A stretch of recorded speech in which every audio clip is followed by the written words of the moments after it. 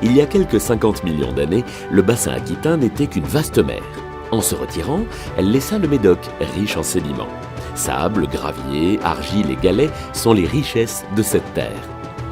Situé sur le 45e parallèle, entre l'océan Atlantique et l'estuaire de la Gironde, le Médoc bénéficie d'un climat tempéré et de variations climatiques particulières, indispensables à la création des grands millésimes.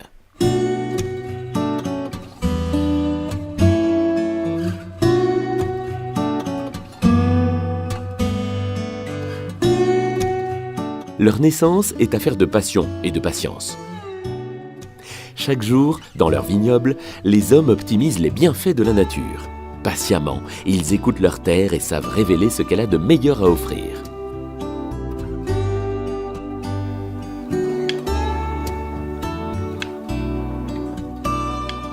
La taille est la première intervention dans le cycle de la vigne et du vin.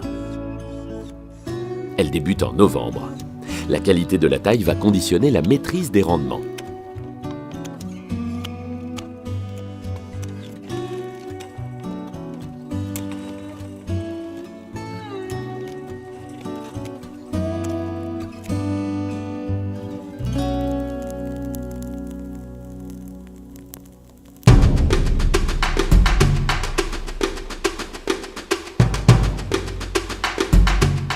Avec le printemps, les premières feuilles apparaissent. On dégage la terre du pied de vigne pour l'aérer. Les grappes naissantes vont se couvrir de fleurs minuscules au parfum subtil.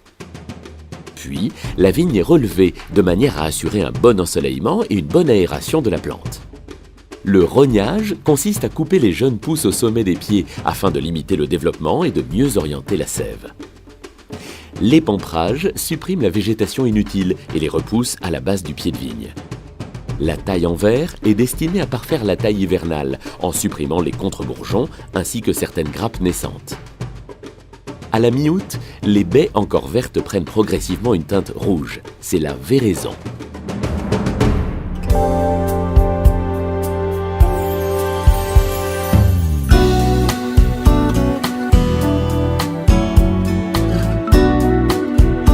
Puis, en septembre, vient le temps des vendanges, étape cruciale où le travail d'une année trouve sa récompense.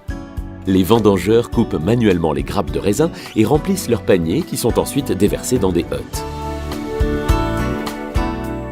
Puis, la vendange arrive au cuvier. On sépare les grains de raisin de leur support végétal. Le foulage des baies permet la libération du jus. Le jus et les baies sont ensuite logés dans les cuves. Grâce à l'intervention des levures, le sucre se transforme en alcool. C'est la fermentation. Au cours de la fermentation, le mou est régulièrement prélevé au bas de la cuve, puis il est remonté.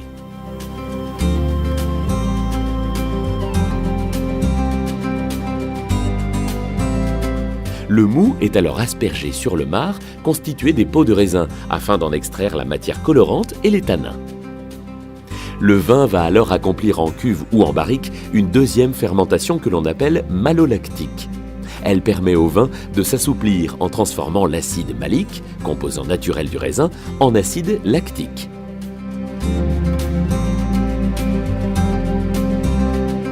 Puis vient l'assemblage, un moment important et magique. En Médoc, le maître de chai compose son œuvre avec la palette des cépages.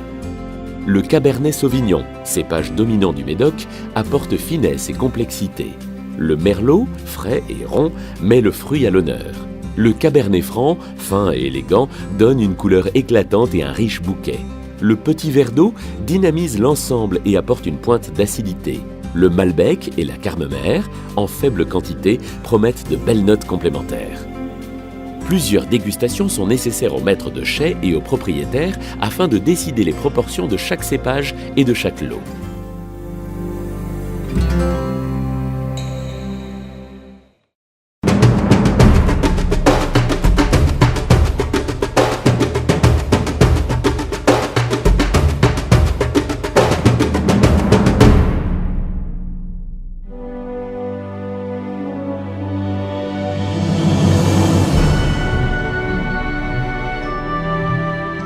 Commence alors une phase d'élevage des vins qui va durer de 16 à 18 mois. Le vin est logé en barrique de chêne.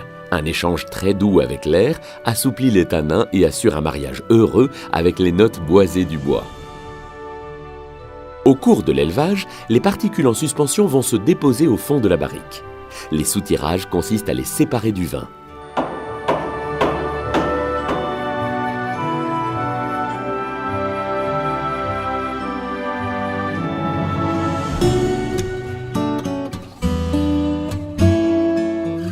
Après les derniers soutirages, le maître de chai va parfaire la clarification du vin par le collage. Traditionnellement en Médoc, le blanc d'œuf est privilégié. Avec la mise en bouteille vient l'aboutissement du travail. À l'abri de la lumière et des excès de température, le vin peut vieillir.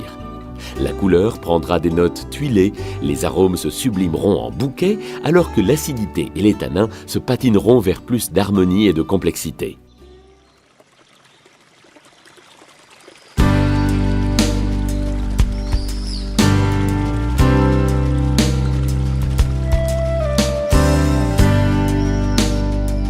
Les 8 appellations médocaines révèlent chacune les facettes sublimes de leur personnalité unique et comblent tous les souhaits des amateurs de vin.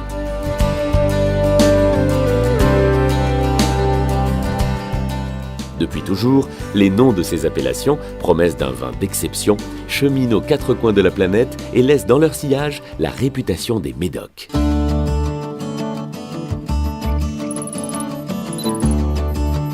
D'infinies saveurs pour le Médoc, de délicieuses énigmes en Haut-Médoc, de la volupté à Margaux, une intense générosité à Boulis, un goût d'éternité pour l'Istrac, des élixirs d'exception à Saint-Julien, l'excellence et l'harmonie des Pauillac et enfin, de secrètes et douces alchimies à Saint-Estèphe. Les grands crus classés en 1855, les crus bourgeois, les crus artisans, les autres crus, les vins des caves coopératives. Cette distinction unique permet à l'amateur de vin d'apprécier et de profiter de la diversité exceptionnelle qu'offrent les vins du Médoc.